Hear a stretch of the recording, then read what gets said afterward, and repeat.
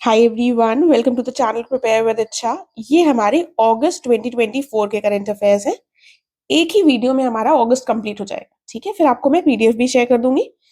देखिए, एक चीज बहुत इंपॉर्टेंट है कि आप टेलीग्राम चैनल को जरूर फॉलो करें, क्योंकि वहां पर जो भी चीज यहाँ पर हमारी मिस हो जाएगी या जो भी चीज मुझे एग्जाम तक इंपॉर्टेंट लगेगी, तो वो मैं थोड़ी थोड़ी शेयर करती रहूंगी। तो अगर आपने ट्रस्ट किया है तो थोड़ा सा ये ट्रस्ट करना पड़ेगा कि आप टेलीग्राम को भी फॉलो कर लें, ताकि आपकी होलिस्टिकली चीजें हो जाए। राइट। दूसरी चीज ये है कि जैसे बहुत लोग कह रहे हैं कि हम प्रिंट आउट निकलवा लें, बिल्कुल निकलवा लीजिए अगर आपको कंफर्टेबल लग रहा है। लर्न होना चाहिए at the end of the day. Notes बिल्कुल भी मत बनाइएगा। ये कर सकते हैं कि एक ही वीडियो को 2-3 बार सुन लीजिए। कई सारी चीजें लिखी नहीं होती हैं, वो मैं बोलकर आपको अलग से बताती हूँ। तो अगर आप नोट्स प्रिंट आउट निकाल रहे हैं, उससे नोट से पढ़ रहे हैं, तो ये चीज आपको ध्यान रखनी पड़ेगी। ठीक है, तो आइए देख लेते हैं। देखिए, पहले इस मैप से शुरू करते हैं। तो ये है हमारा हिमाचल प्रदेश। ठीक है, हिमाचल प्रदेश में ये 2-3 चीजें हुई हैं। एक मुख्यमंत्री बाल पौष्टिक आहार योजना लेकर आए हैं। एक मुख्यमंत्री सुख शिक्षा योजना लेकर आए हैं। और यहाँ पर मैरिजेबल एज जो है महिलाओं की कितनी कर दी है, 18 से बढ़ाकर 21 कर दी गई है। तो ये वाला एक हमारे लिए इंपॉर्टेंट पॉइंट हो जाता है कि मैरिजेबल एज जो है वो बढ़ा दी गई है। ये वही हिमाचल प्रदेश है जहां पर इंट्रोड्यूस कर दिया गया था 0 आवर, पढ़ा था ना हमने लेजिस्लेटिव असेंबली में, वही हुआ है यहाँ पर। तो बाल पौष्टिक आहार, एक तो बाल को पौष्टिक आहार दे रहे हैं और साथ में सुख शिक्षा योजना। तो ये दोनों कहाँ की है, ये हमारे हिमाचल प्रदेश की। और मैरिजेबल एज महिलाओं की कितनी कर दी है, 18 से 21 कर दी है। तो बाल को पहले पौष्टिक आहार दे रहे हैं, उसके बाद उसको सुख से कह रहे हैं तुम शिक्षा लो, और जब तुम शिक्षा लोगे तो फिर जल्दी तो शिक्षा खत्म नहीं हो पाती। तो इसीलिए जो शादी की उम्र है उसको बढ़ा दिया है महिलाओं में। ठीक है, तो इस सीक्वेंस में लर्न कर लीजिएगा। फिर हम चलते हैं दिल्ली में। देखो, दिल्ली में क्या क्या हुआ। सबसे पहले एसोचैम की एनवायरमेंट कॉन्फ्रेंस हुई। उसके बाद ईयू इंडिया की ट्रैक 1.5 कॉन्फ्रेंस हुई। उसके बाद एक इंपॉर्टेंट पॉइंट जो आता है वो है दिल्ली एयरपोर्ट जो है वो पहला एयरपोर्ट बन गया है जिसने अचीव कर लिया है नेट जीरो कार्बन एमिशन। ठीक है, तो नेट जीरो कार्बन एमिशन वाला एयरपोर्ट पहला कौन सा बन गया है भारत का, ये बन गया है दिल्ली एयरपोर्ट। ठीक है, उसके बाद बिम्स्टेक बिजनेस समिट 2024 यहाँ पर हुई। फिर ये पहली समिट थी बिम्स्टेक की बिजनेस। ठीक है, तो बिम्स्टेक की बिजनेस समिट जो पहली हुई कहाँ हुई, ये हुई दिल्ली में। फिर बिम्स्टेक के फॉरेन मिनिस्टर्स की कॉन्फ्रेंस कहाँ पर हुई, ये दूसरी कॉन्फ्रेंस थी, ये भी हमारी दिल्ली में हुई। ठीक है, तो ये थोड़ा सा देख लेना है हमको। अब ये देखना है हमको कि बिम्स्टेक बेसिकली है क्या। ठीक है, तो बिम्स्टेक क्या है, बिम्स्टेक है Bay of Bengal Initiative for Multi Sectoral Technical and Economic Cooperation. ठीक है, तो ये तो अगर नाम आ जाएगा तो टिक कर लोगे। ठीक है, 1997 में बिम्स्टेक की स्थापना हुई थी। इसमें कौन कौन से कंट्रीज हैं, इसमें बिम्स्टेक में कितने हैं, 7 हैं। कितने देश हैं, 7। तो बे ऑफ बंगाल है तो इसका मतलब यहाँ कहीं वाले जो कंट्रीज होंगे वही होंगे। ठीक है, तो सबसे पहले इसमें आ जाएगा हमारा बांग्लादेश। मैप तो इंडिया का है लेकिन तब भी ये आ गया, मैप से ही बता देती हूँ। तो बिम्स्टेक का बे ऑफ बंगाल इनिशिएटिव से याद रखना कि इधर वाला जो बे ऑफ बंगाल पड़ता है यहीं के देश होंगे। तो एक हमारा यहाँ पर हो गया, ये बांग्लादेश हो गया। ठीक है, दूसरा क्या हो गया हमारा, भूटान हो गया। तीसरा क्या हो गया हमारा, इंडिया हो गया। चौथा यहाँ पर हो गया म्यांमार। ठीक है, ये 4 हो गए। उसके बाद 4 के बाद पांचवा तो हमारा भारत का, भारत खुद ही हो गया। 2 बचे, तो 2 बचे। 2 में हमारे यहाँ पर आ जाएगा श्रीलंका छठा, और यहाँ पर आ जाएगा हमारा थाईलैंड। ठीक है, तो फिर से देख लेते हैं। पहला बांग्लादेश था, दूसरा भूटान था, तीसरा इंडिया, ये सॉरी नेपाल था, फिर ये चौथा हमारा म्यांमार था, पांचवा भारत खुद था, फिर छठा और सातवां। तो ये 7 मेंबर्स बिम्स्टेक के याद हो गए। 7 मेंबर्स हैं और स्थापना का हुई थी 97 में। ठीक है, बैंकॉक डिक्लेरेशन एक हुआ था, उसके माध्यम से इसकी स्थापना हुई थी। इसको ये भी कहा जाता है कि ये सार्क को काउंटर कर रहा है। जो सार्क है उसमें पाकिस्तान है। ठीक है, इधर पाकिस्तान से तो ज्यादा बनती नहीं है, तो इन वाले कंट्रीज से बिम्स्टेक बन रहा है। तो अब ये बिम्स्टेक की क्या आगे भूमिका होगी, इसको इसका कॉम्प्लीमेंट्री माना जा रहा था, इसके स्थान पर माना जा रहा था। लेकिन अब पॉइंट ये है कि अब जैसे बांग्लादेश में चीजें बदल गई हैं तो थोड़ा सा हम मेंस में एनालिसिस वाला पॉइंट देखेंगे, वापस आ जाते हैं। तो बिम्स्टेक की पहली बिजनेस समिट कहाँ हुई, दिल्ली में हुई। दूसरी बिम्स्टेक फॉरेन कॉन्फ्रेंस कहाँ हुई, दिल्ली में हुई। एक ग्लोबल वाटर टेक समिट 2024 कहाँ हुई, दिल्ली में हुई। ठीक है, तो इतनी सारी हमने चीजें दिल्ली में देख ली। अब ये वाटर वाटर वाला जो पॉइंट है ये बहुत आ गया। एक ग्लोबल वाटर टेक समिट हो गई दिल्ली की। एक हमने पहले जो पढ़ी थी वो थी वाटर से संबंधित, क्या थी, 8वां इंडिया वाटर वीक 2024। तो एक इंडिया वाटर वीक 2024 का ये 8वां जो था, हमने पिछली बार पढ़ा था, वो भी दिल्ली में हुआ था। और ये ग्लोबल वाटर टेक समिट जो है ये भी दिल्ली में हुई। ठीक है, तो ये थोड़ा सा जब हम कंपैरिजन करते हैं तो हमको याद रखना है वाटर वाटर वाली चीजें कौन सी दिल्ली में हुई है। ठीक है, उसके बाद और क्या ध्यान रख सकते हैं हम यहाँ पर। ठीक है, इतना फिलहाल ये देख लिया, आगे देखते हैं। फिर ये पड़ता है हमारा नागालैंड। ठीक है, तो अब नॉर्थ ईस्ट की स्टेट जो है वो इतनी ज्यादा न्यूज में नहीं रहती, कुछ जो रहती हैं वो इंपॉर्टेंट हो जाता है। ये पहली स्टेट बन गई है जिसने इंप्लीमेंट क्या किया है, disaster insurance scheme. Disaster insurance scheme implement करने वाला पहला राज्य नॉर्थ ईस्ट का कौन सा है, पहला राज्य है ये है हमारा नागालैंड। कौन सा है, नागालैंड। उसके बाद जहां पर सुभद्रा योजना लिखा है ओडिशा की, ये हम लास्ट वीडियो में भी कर चुके हैं तो आपको याद होगा। इसके साथ साथ एक चीज इंपॉर्टेंट यहाँ पर ये हो गई है कि भारत का पहला ग्रेन एटीएम, ग्रेन एटीएम जो है, फूड एटीएम भी कह सकते हैं इसको, ये कहाँ है, कहाँ स्थापित हुआ है, भुवनेश्वर उड़ीसा में। कहां पर हुआ है, भुवनेश्वर उड़ीसा में। ठीक है, फिर आती है हमारा तेलंगाना। तेलंगाना के हैदराबाद में राजीव गांधी इंटरनेशनल एयरपोर्ट को बेस्ट एयरपोर्ट का अवार्ड मिला है इंडियन ट्रैवल अवार्ड्स के द्वारा। तीसरी बार ये अवार्ड मिला है। तो राजीव गांधी इंटरनेशनल एयरपोर्ट को कौन सा अवार्ड मिला है, best airport India travel awards से। ठीक है, अभी दिल्ली एयरपोर्ट क्या हो गया है, पहला हो गया है नेट जीरो एमिशन वाला।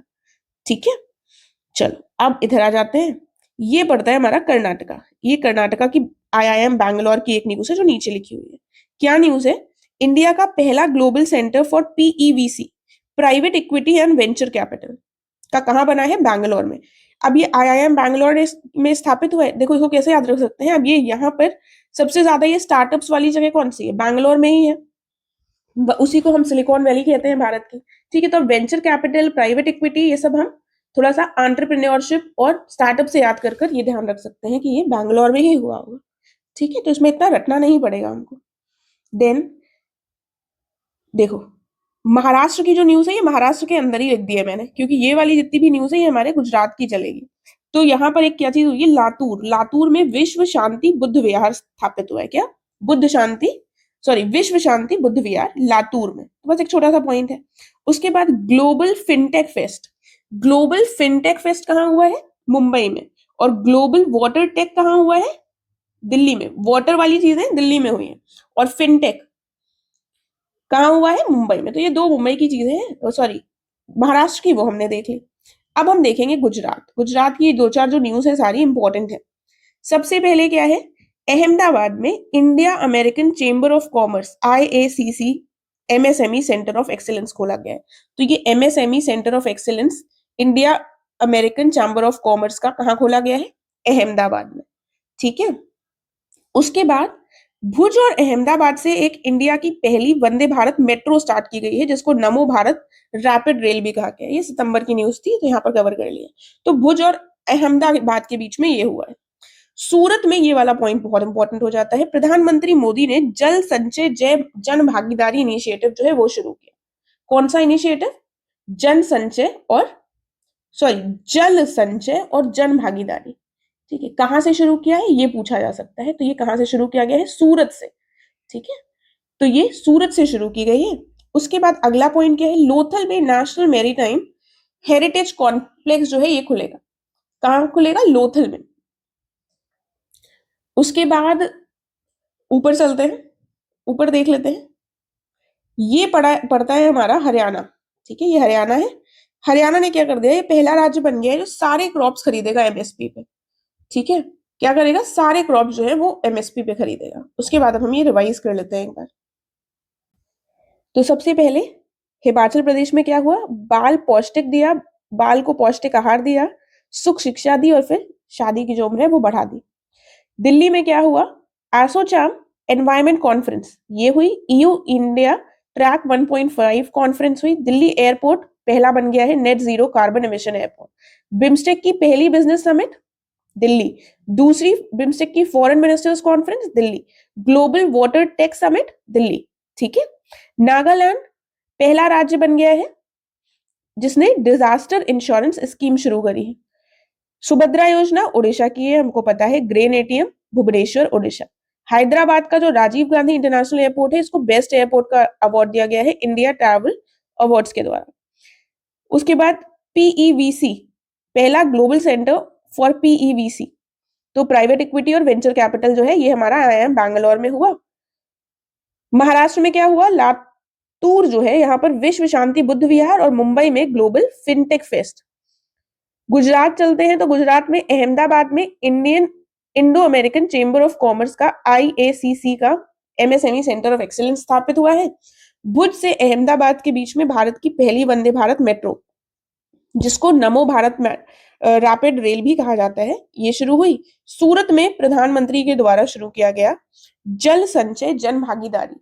बेसिकली गुजरात की जो सरकार है इसने एक अपने यहाँ गुजरात की गवर्नमेंट ने शुरू किया था जल संचय इनिशिएटिव, ठीक है। तो उसी के सक्सेस को देखते हुए फिर मिनिस्ट्री ऑफ जल शक्ति ने ये प्रोग्राम शुरू किया जिसको मोदी जी ने लॉन्च किया।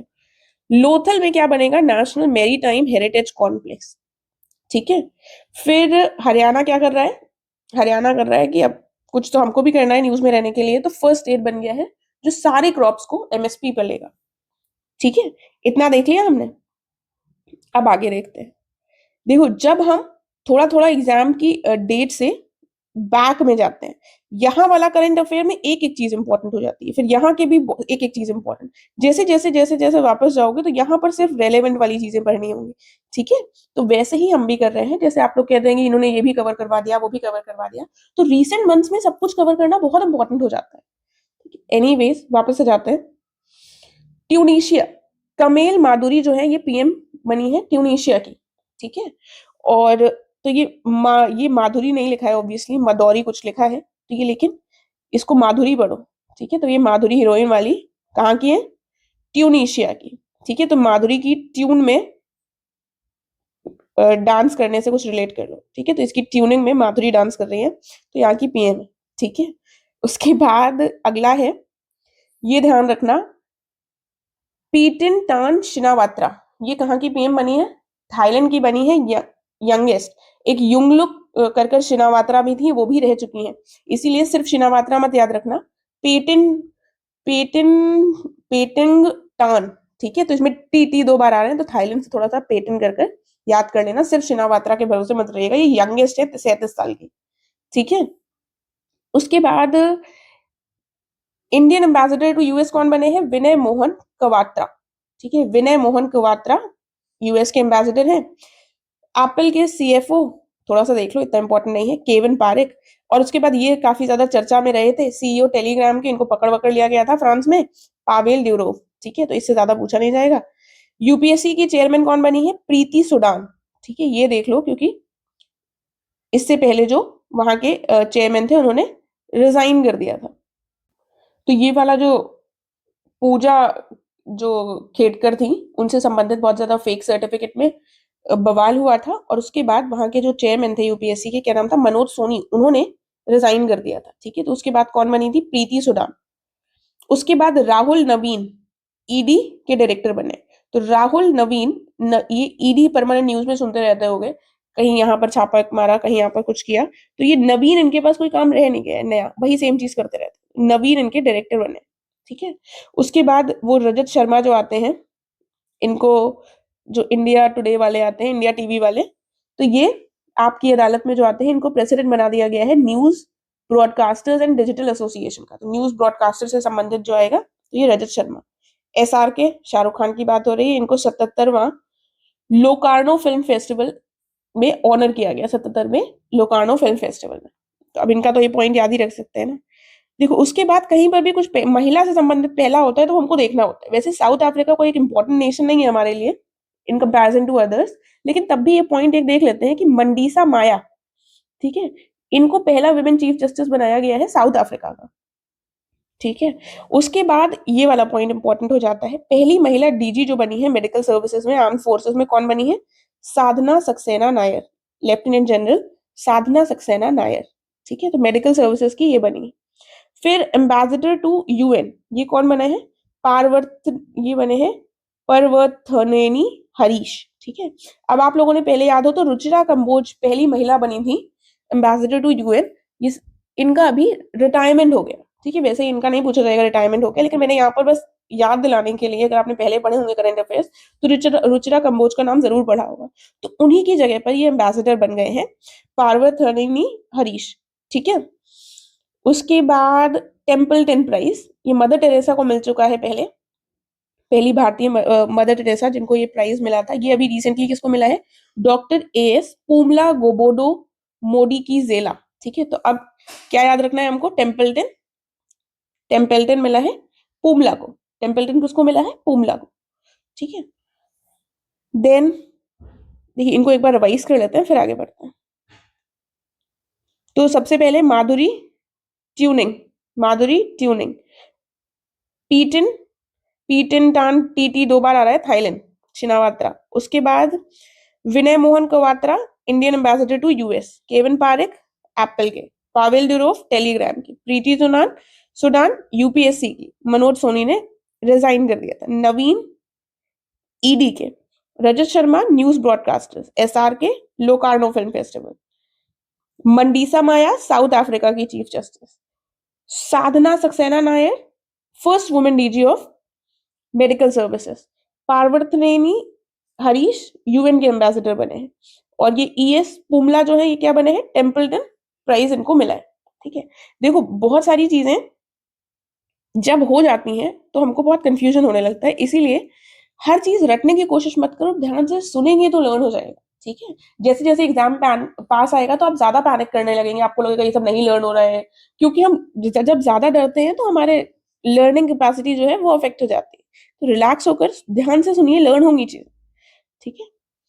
इंडिया जो है इसने सरपास कर लिया है चीन को और बिगेस्ट इंपोर्टर बन गया है रशियन ऑयल का जुलाई के महीने में। तो जुलाई के महीने में ये चीज सरपास कर लिया था चाइना को और सबसे ज्यादा आयात करने वाला देश बन गया था भारत। फिर महाराष्ट्र में मैप में हमने ये चीज नहीं करी है, लॉन्च किया गया है सोलर विलेज, ठीक है।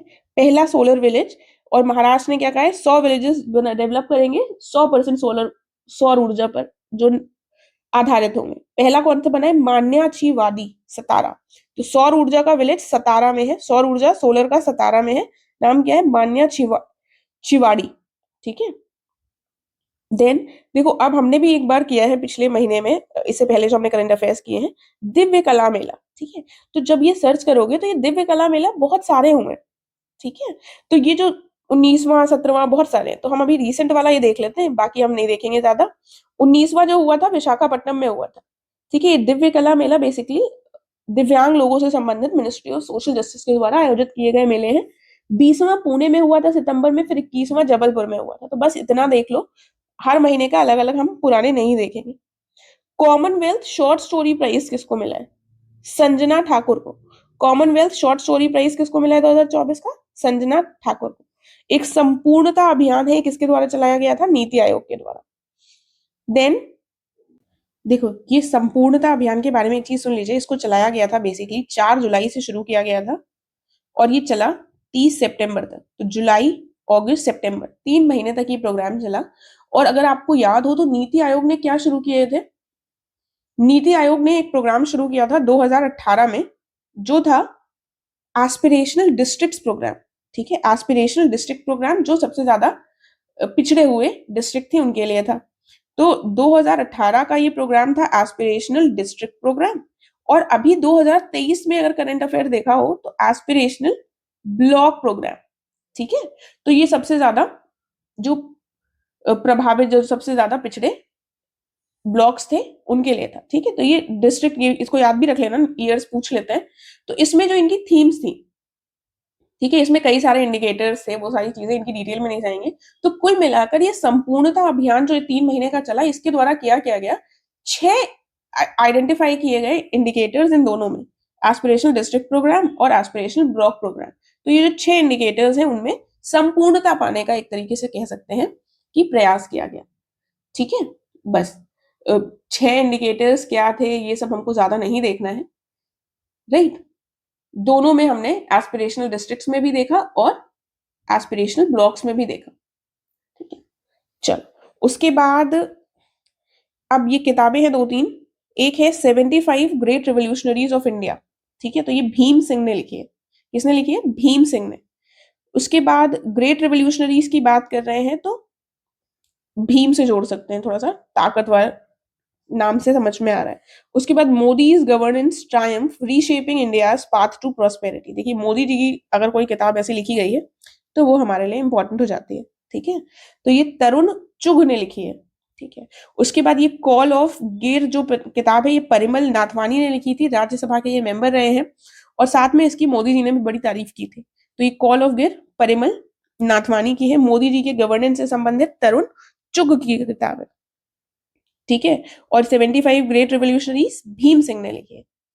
देन उसके बाद एक मिशन रूमी है, ठीक है। ये मिशन रूमी क्या है? मिशन रूमी 2024 का इंडिया के द्वारा लॉन्च किया गया है। ये पहला रीयूजेबल हाइब्रिड रॉकेट है, ठीक है। इसको लॉन्च कहां से किया गया है?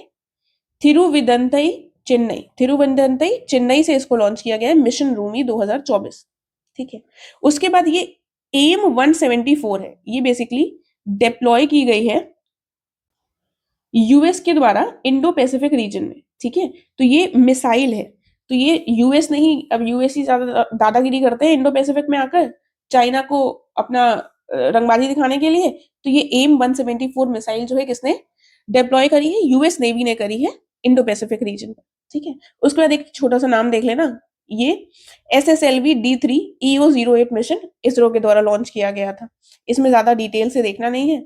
फिर ये वाला देख लो, DRDO जो है इसने एक सक्सेसफुल टेस्ट किया है लॉन्ग रेंज ग्लाइड बॉम्ब का, जिसका नाम क्या है? गौरव, ठीक है। गौरव नाम है DRDO के द्वारा जो ग्लाइड बॉम्ब है, इसका नाम क्या है? गौरव, ग, ठीक है। देन थोड़ा सा और कर लेते हैं फिर रिवाइज करेंगे।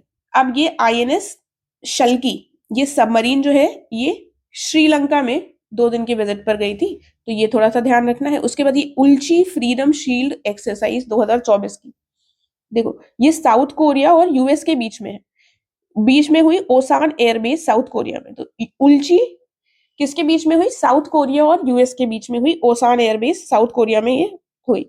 इंडिया और श्रीलंका के बीच में मित्र शक्ति होती है, तो 10वीं मित्र शक्ति कहाँ हुई? मडुरु ओया श्रीलंका। 10वीं मित्र शक्ति एक्सरसाइज कहाँ हुई? मडुरु ओया में। 6वीं इंडिया ऑस्ट्रेलिया मैरीटाइम डायलॉग कहाँ हुआ? कैनबेरा में। देन उदार शक्ति, उदार शक्ति कहाँ किसके बीच में हुई? इंडियन एयरफोर्स और मलेशिया की एयरफोर्स के बीच में, कुआंतन मलेशिया में। देखो अभी फिर से करेंगे तो लर्न हो जाएगा। Parvat Prahar Indian army Ladakh. 14वीं India Vietnam defence policy dialogue ये दिल्ली में हुआ, ठीक है।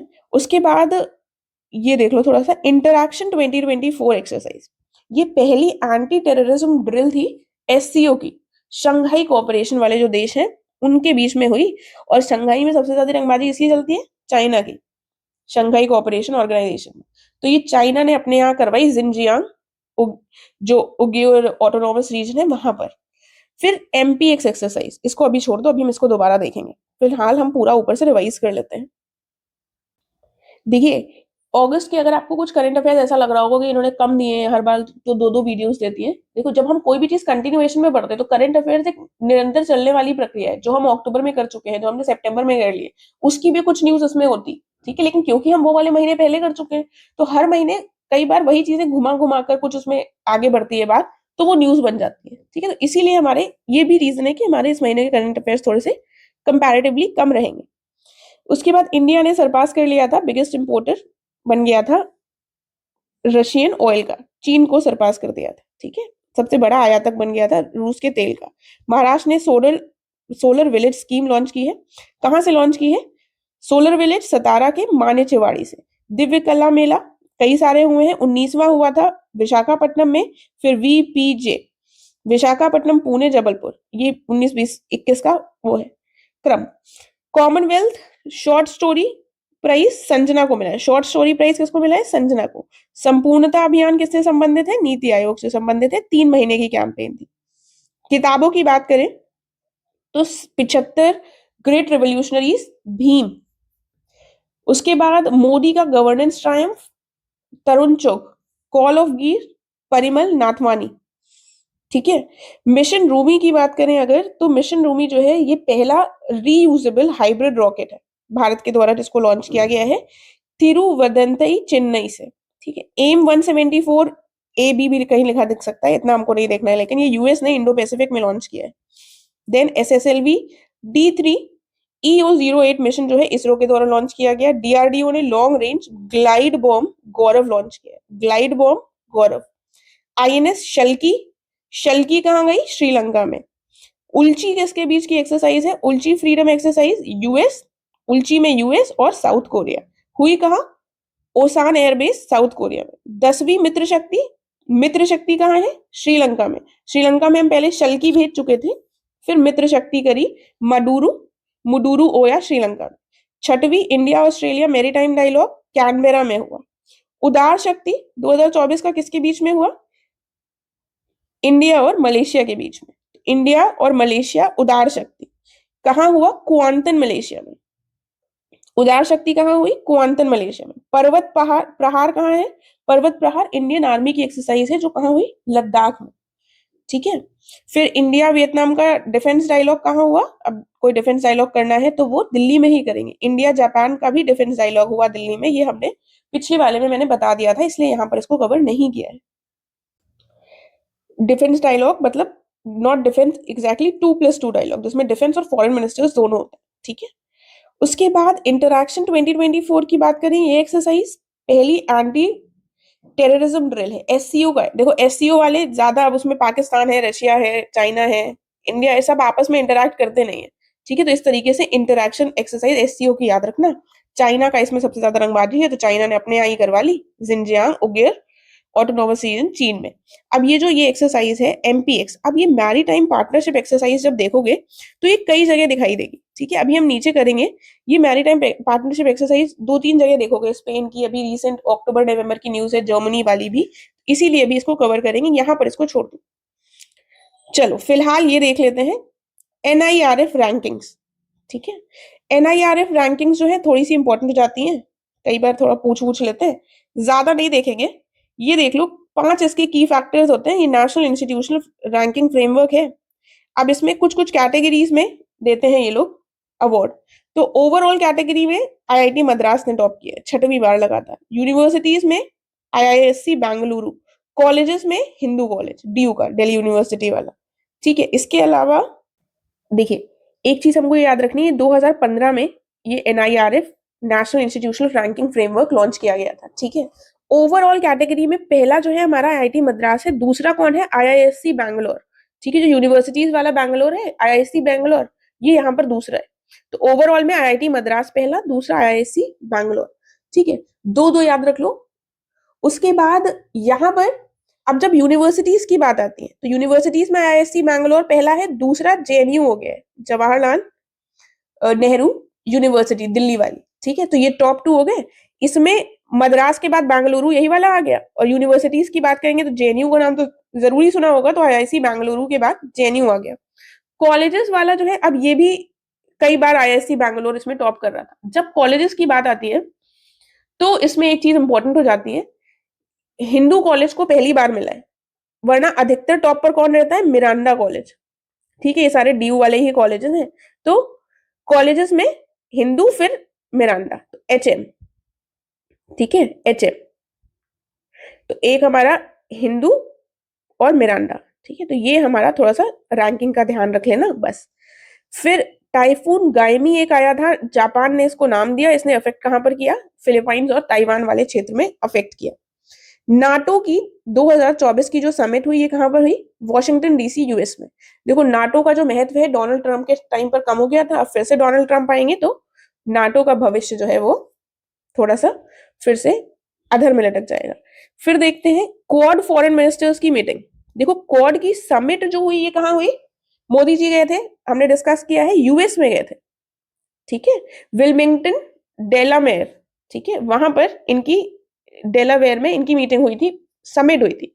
फॉरेन मिनिस्टर्स जो मिले थे ये जापान जाकर मिले थे। कई बार क्या होता है कि अगर कोई भी वहां पर समिट होती है तो उससे पहले जो फॉरेन मिनिस्टर्स जितने जितने लोगों की मीटिंग होती है सेम ही जगह हो जाती है, लेकिन कई बार थोड़ा सा अलग रहता है। तो ये क्वाड के फॉरेन मिनिस्टर्स टोक्यो जापान में मिले थे और समिट हुई थी हमारी US में। फिर वर्ल्ड एजुकेशन कॉन्फ्रेंस, अब एजुकेशन पढ़ाई लिखाई की बात जो थोड़ा सा समझदार है वही करेगा, और ये है हमारा जापान, ठीक है, जो किसी लड़ाई लड़ाई में नहीं लगा हुआ है।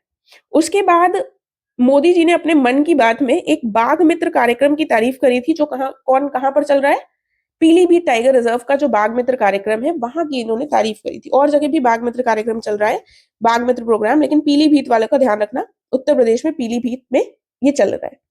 उसके बाद आता है ओमकारेश्वर फ्लोटिंग सोलर प्रोजेक्ट, ठीक है, ये SGVN जो लिमिटेड है इसके द्वारा इसको शुरू किया गया था। 90 मेगावाट इलेक्ट्रिसिटी प्रोड्यूस करेगा। खांडवा डिस्ट्रिक्ट मध्य प्रदेश की में ये है, नर्मदा रिवर पर है, और ये लार्जेस्ट फ्लोटिंग सोलर पावर जो है वो बन गया है भारत का, ठीक है, तो ये बात हमको ध्यान रखनी होगी। देन फिर आता है बी रेडी इंडेक्स। देखो एक याद हो अगर तो ease of doing business index था वर्ल्ड बैंक का, वो उसको बंद कर दिया गया था, ease of doing business index को बवाल हो गया था, उसमें पार्शियलिटी कही जा रही थी कि ये पार्शियलिटी करते हैं, तो उसको बंद कर दिया गया था। अब ईज ऑफ डूइंग बिजनेस का एक सक्सेसर लेकर आ रहा है वर्ल्ड बैंक, कि अब कुछ उसको बंद कर दिया था ऐसा थोड़ी ना आपको इंडेक्स नहीं लाएंगे, तो अब ये दूसरा लेकर आ रहा है, इसका नाम क्या है, बी रेडी इंडेक्स, ठीक है। तो वर्ल्ड बैंक के द्वारा ईज ऑफ डूइंग बिजनेस जिसको बंद कर दिया गया था 2021 में बंद कर दिया गया था, ठीक है, उसकी जगह पर बी रेडी इंडेक्स आ रहा है, ठीक है। तो इसका मतलब अब समझ में आ गया, ये भी कुछ ना कुछ बिजनेस से ही संबंधित है, ठीक है। तो ये बी रेडी इंडेक्स किसका है, ये होगा हमारा वर्ल्ड बैंक का, ठीक है। फिर आते हैं 70वें नेशनल फिल्म अवार्ड्स, ये थोड़ा सा देख लेते हैं। देखो जो ये 70वें नेशनल फिल्म अवार्ड्स हैं ये 2022 के हैं, ये इंपॉर्टेंट पॉइंट है यहाँ पर। उसके बाद बेस्ट फीचर फिल्म अट्टम थी मलयालम की, हिंदी फिल्म थी गुलमोहर राहुल चिट्टेला की थी, एक्टर थे ऋषभ शेट्टी कांतारा वाले, कांतारा कन्नड़ मूवी थी। एक्ट्रेस दो लोगों को मिला है, नित्या मेनन और मानसी पारेख। नित्या मेनन चित्रम्बलम तमिल मूवी की थी, और ये मानसी पारेख जो है ये कच्छ एक्सप्रेस गुजराती मूवी है उसकी हीरोइन थी, ठीक है। डायरेक्टर मिला है सूरज बड़जात्या ऊंचाई मूवी के, ठीक है। उसके बाद बुक एक सिनेमा पर बुक अवार्ड मिला है ऑन सिनेमा, ये किसको मिला है, ये किताब ध्यान रख लेना, किशोर कुमार, जो किशोर कुमार गायक थे, द अल्टीमेट बायोग्राफी, ये लिखी किसने है, अनिरुद्ध ने, अनिरुद्ध भट्टाचार्य और पार्वती पार्थिव धर ने, ठीक है। तो अनिरुद्ध और पार्थिव धर ने ये किताब लिखी है। फिर देखिए ये अवार्ड्स हम फिर से एक बार देख लेते हैं ताकि थोड़ा लर्न हो जाए। 70वें नेशनल फिल्म अवार्ड्स 2022 की फिल्म कौन थी, नेशनल फिल्म अवार्ड में फीचर फिल्म कौन सी है, अट्टम। अट्टम में माँ से एंड हो रहा है और माँ से मलयालम, अट्टम मलयालम, ठीक है। हिंदी कौन सी है, गुलमोहर, गुलमोहर में चित्तेला, राहुल चित्तेला इसके डायरेक्टर थे। एक्टर में तो याद रख लोगे ऋषभ शेट्टी कांतारा कन्नड़, ठीक है। एक्ट्रेस में नित्या और मानसी, ठीक है, नित्या मेनन और मानसी पारेख। जो नित्या है ये था में थिरु वाली मूवी आ जाएगी, ठीक है, था से थिरुचिरा चित्राम्बलम तमिल, ठीक है, था तीनों में आ जाएगा। फिर मानसी पारेख, पारेख लोग थोड़े से गुजराती होते हैं तो कच्छ एक्सप्रेस गुजराती, ठीक है। डायरेक्टर कौन है, सूरज बड़जात्या, ठीक है, ऊंचाई मूवी जो बनाई थी इन्होंने अमिताभ बच्चन और अनुपम खेर वाली। उसके बाद बुक अवार्ड एंड सिनेमा किसको मिला है, किशोर कुमार को मिला है, किताब तो पता ही होगी, याद रख लोगे, अनिरुद्ध भट्टाचार्य और पार्थिव धर ने ये किताब लिखी है, ठीक है। अब हम एक बार ऊपर से फिर से देखेंगे, तो ये जो NIRF रैंकिंग है कब से शुरू की गई, 2015 से। ओवरऑल कैटेगरी में IIT मद्रास पहला है 6ठी बार कंसेक्यूटिवली, और दूसरा कौन है, IISc बैंगलोर। यूनिवर्सिटीज में IISc बैंगलोर टॉप पर है, तो दूसरा कौन सा हो गया, JNU। कॉलेजेस में हिंदू HM, हिंदू मुस्लिम ऐसे याद रख लेना, ठीक है। HM H पहले है, फिर M से मिरिंडा, ठीक है। उसके बाद गैमी टाइफून कहाँ आया है, फिलीपाइंस ताइवान में। अभी ये टाइफून जितने भी आए हैं उसके लिए मैं एक अलग से छोटा सा शॉर्ट बनाकर भेज बता दूंगी ताकि सारे आपको टाइफून्स कंपैरेटिव उसमें लर्न हो जाए। NATO summit Washington DC US में हुई। उसके बाद क्वाड की फॉरेन मिनिस्टर्स टोक्यो जापान में। वर्ल्ड एजुकेशन जापान करवा रहा है। पीलीभीत टाइगर रिजर्व में बाघ मित्र प्रोग्राम चल रहा है। ओंकारेश्वर फ्लोटिंग सोलर प्रोजेक्ट कहाँ का है, Khandwa district Madhya Pradesh, Narmada river largest हो गया है ये, और SGVN लिमिटेड ने बनाया है। 90 मेगावाट ऊर्जा ये का उत्पादन करेगा। World Bank B ready index लेकर आ रहा है। नेशनल फिल्म अवार्ड्स 2022 के, best feature film Aattam Malayalam, Hindi film Gulmohar, actor Shetty Kantara Kannada, actress Nithya Menen और मानसी पारेख, नित्या थिरुचित्रम्बलम तमिल, मानसी पारेख कच्छ एक्सप्रेस गुजराती, डायरेक्टर सूरज बड़चात्या ऊंचाई, ठीक है। और best award on cinema Kishore Kumar, the ultimate biography अंग्रेजी में लिखी गई थी अनिरुद्ध भट्टाचार्य और पार्थिव धर के द्वारा। देखो इसके अलावा हमने जो एक और फिल्म अवार्ड्स किए हैं उसको भी मैं यहाँ पर बता देती हूँ ताकि रिविजन हो जाए। देखिए जो हमने सितंबर वाले में किए थे 15वें Indian film festival of Melbourne, वो 2024 के थे, ठीक है, वो 2024 के थे। तो उसमें जो प्राइजेस मिले हैं वो फिल्म कौन सी मिली थी, 12th फेल। डायरेक्टर कौन थे, कबीर खान, चंदू चैंपियन के लिए और नितिनन स्वामीनाथन महाराजा के लिए। एक्टर कौन थे, उसमें थे कार्तिक आर्यन चंदू चैंपियन के लिए। एक्ट्रेस कौन थी, पार्वती थिरुवोथु उलू जुकू के लिए। बेस्ट फिल्म क्रिटिक्स चॉइस क्या थी, लापता लेडीज, ठीक है। तो वो हमारे 2024 के 15वें इंडियन फिल्म फेस्टिवल थे, ठीक है, ऑफ मेलबोर्न। ये हमारे 70वें नेशनल फिल्म अवार्ड्स हैं 2022 के। तो वहां पर की मूवीज और यहाँ का थोड़ा सा कंपैरिजन रखेंगे तो याद रहेगा। उसके बाद फिर हम देख लेते हैं एक मेरी टाइम पार्टनरशिप एक्सरसाइज, फिर हम दूसरी पीडीएफ पर स्विच करेंगे। ये मेरी टाइम पार्टनरशिप एक्सरसाइज जो है, तो मेरी टाइम है यानी कि इंडियन नेवी की होगी। तो इंडियन नेवी ने जुलाई अगस्त में रशिया के साथ की थी सेंट पीटर्सबर्ग में, आईएनएस तबर ने की थी। फिर इंडिया और स्पेन ने एक्सरसाइज की थी मेडिटेरेनियन सी में, आईएनएस तबर था तब भी। अभी रिसेंटली अगर आप देखेंगे अक्टूबर की न्यूज है, अक्टूबर नवंबर की ही न्यूज है, इंडिया और जर्मनी ने करी है, इसमें आईएनएस दिल्ली ने पार्टिसिपेट किया है। ये पहली इंडिया और जर्मनी के बीच में मेरी टाइम एक्सरसाइज है, तो हमारे लिए इंपॉर्टेंट हो जाती है। ये हुई कहाँ, बे ऑफ बंगाल इंडियन ओशियन में, ठीक है। तो एमपीएक्स कर 2-3 बार पढ़े होगे तो कंफ्यूजन हो जाता है इसीलिए।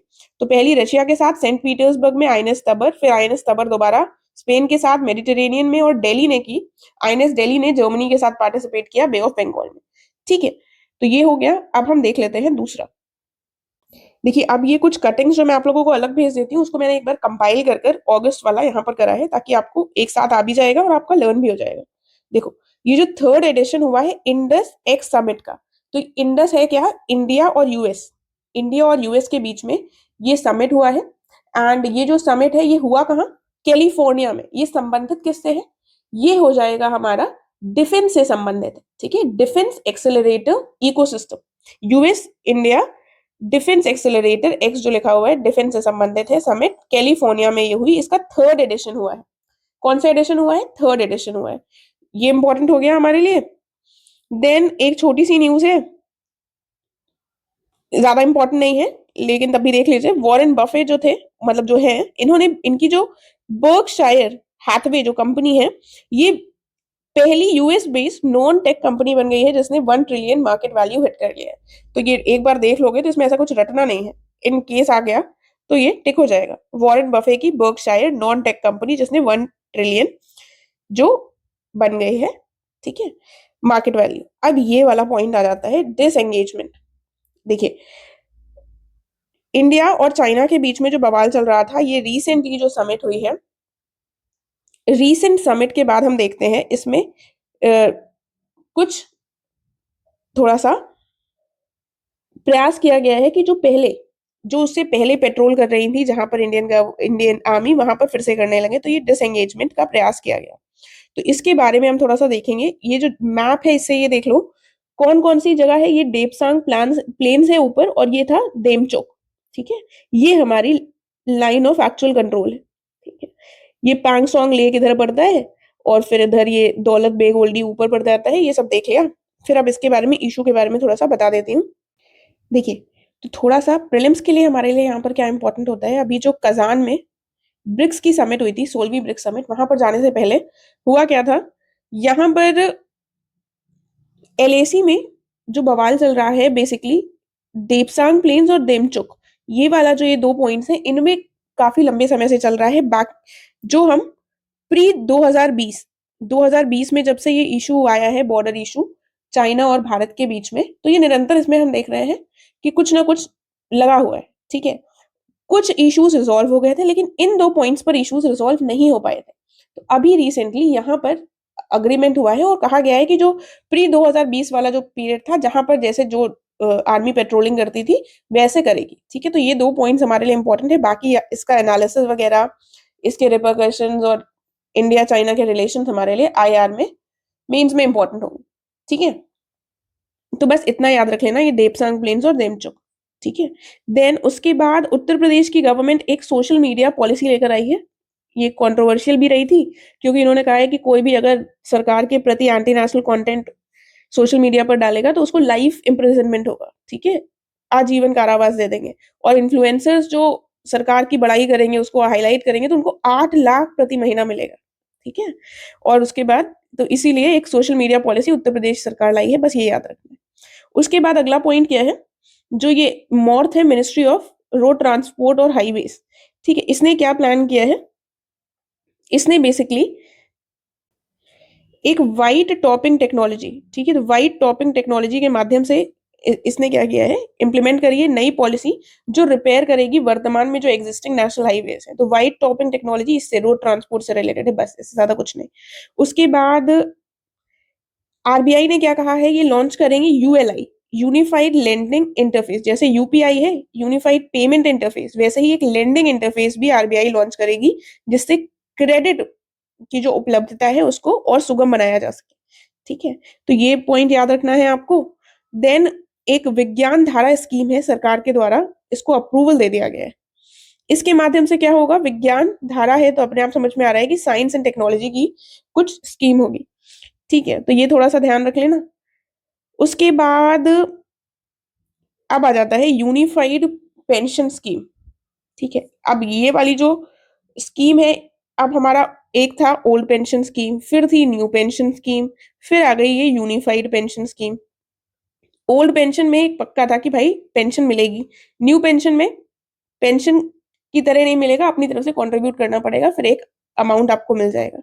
तो अब ये यूनिफाइड पेंशन स्कीम आ गई है, इसके क्या क्या फीचर्स हैं थोड़ा सा देख लेते हैं इसको। इसमें एक अश्योर्ड पेंशन अब देंगे। इसमें कहीं कहा क्या गया है, 50% जो एवरेज बेसिक पे ड्रॉ कर रहा होगा इंसान अपने रिटायरमेंट से 12 महीने पहले, उसको वो मिलेगा। लेकिन यूपीएस को लेने के लिए एटलीस्ट ये होना चाहिए कि 25 साल नौकरी करो, ये नहीं कि करा केवल 10 साल और फिर हमको पेंशन चाहिए, ठीक है। उसके बाद अश्योर्ड फैमिली पेंशन मिलेगी। 60% ऑफ द पेंशन जो होगी एम्प्लॉय की, वो इमीडिएटली, जैसे पहले लोगों को मिलता था कि लोगों की डेथ हो जाती थी, उसके बाद उनकी फैमिली को पेंशन मिलती रहती थी, तो वो वाली चीज होगी, ठीक है। मिनिमम पेंशन अश्योर्ड कितनी है, 10,000 प्रति माह, ठीक है। और उसके बाद इससे संबंधित थोड़ा सा ये कंपैरिजन देख लेते हैं। तो जो ये ओपीएस था, इसमें क्या था, ओल्ड पेंशन स्कीम में गारंटी थी कि 50% जो लास्ट ड्रॉन सैलरी है रिटायरमेंट से पहले वो तुम्हें मिलेगी, ठीक है। एनपीएस में क्या कर दिया था इन्होंने, मार्केट लिंक्ड रिटर्न्स कर दिए थे, जो तुम्हारा पैसा है उसको इन्वेस्ट करेगी सरकार, उसमें जिस हिसाब से रिटर्न्स आएंगे वो, इसमें कुछ अश्योर्ड नहीं था। इसमें अब इन्होंने यूपीएस में क्या कर दिया है, इन्होंने अब इसका बीच का रास्ता निकाला है कि 50% एवरेज बेसिक पे जो इन्फ्लेशन इंडेक्सेशन, यानी कि इन्फ्लेशन से इन्फ्लेशन को उसमें एडजस्ट कर दिया जाएगा। And guaranteed pension family benefit, ठीक है। तो ये दो चीजें। तो यहाँ पर पहले क्या होता था, ग्रेचुटी, ग्रेचुटी का टर्म होता है ग्रैटिट्यूड, जो हम लोग बोलते हैं ना, उसी से टर्म निकलता है ग्रेचुटी, कि भाई हमारे यहाँ इतने साल तुमने नौकरी करी है तो तुम्हें कुछ ग्रेचुटी मिलेगी उसके लिए। उसके बाद इसमें कोई कंट्रीब्यूशन अपनी तरफ से नहीं होता था, फिक्स पेंशन देनी होती थी। इसमें क्या था, टैक्स बेनिफिट्स मिलते थे, एम्प्लॉय को अपनी तरफ से कंट्रीब्यूट करना पड़ता था, और इसमें फ्लेक्सिबल विड्रॉल्स थे। तो इन दोनों के बीच का रास्ता क्या निकल आया है, यूपीएस। एक एश्योर्ड फैमिली पेंशन होगी, ठीक है, कि फैमिली को पेंशन मिलेगी, इन्फ्लेशन से प्रोटेक्शन होगी, महंगाई बढ़ रही है तो उस हिसाब से आपकी पेंशन में भी आएगा परिवर्तन। उसके बाद एक मिनिमम पेंशन आपको मिलेगी। तो इसके जो कुछ इंपॉर्टेंट फीचर्स हैं वो हमको देख लेना है, कहीं इससे क्वेश्चन ना पूछ लिया जाए। सबसे पहली बात, ये जो यूपीएस है इसको किया कब गया था, यूपीएस को 24 अगस्त डेट, क्योंकि यूपीपीएसएस की इंपॉर्टेंट है, तो 24 अगस्त 2024 को इन्होंने इसको अप्रूव कर दिया था यूनियन कैबिनेट ने, ठीक है। उसके बाद ये लागू कब से होगी, इफेक्टिव होगी 1 अप्रैल 2025 से, अभी नहीं है ये इफेक्टिव, 1 अप्रैल 2025 से इफेक्टिव होगा यूपीएस। ये इंपॉर्टेंट पॉइंट आ जाता है, ठीक है। और उसके बाद इसमें क्या क्या फीचर्स होंगे, सबसे इंपॉर्टेंट पहला फीचर क्या हो जाएगा, पहला फीचर इंपॉर्टेंट ये हो जाएगा कि इसमें पेंशन मिलेगी 50% ऑफ द एवरेज बेसिक पे, जो ड्रॉ कर रहा होगा इंसान लास्ट 12 महीनों में, जितनी वो सैलरी ले रहा होगा अपने रिटायरमेंट से पहले, उसका 50% एवरेज बेसिक पे का वो उसको मिलेगा, ठीक है। उसके बाद 25 साल की तक की नौकरी चाहिए, ठीक है, 25 साल नौकरी करेगा तब उसको ये मिलेगा। अगर उसकी नौकरी 10 से 25 साल के बीच में होगी, क्योंकि जरूरी नहीं है हर इंसान 25 साल कर सके, तो 10 से 25 साल तक की नौकरी होगी तो उस प्रपोर्शन में उसको पेंशन मिलेगी, ठीक है। 50% के लिए उसको कम से कम 25 साल नौकरी करनी होगी।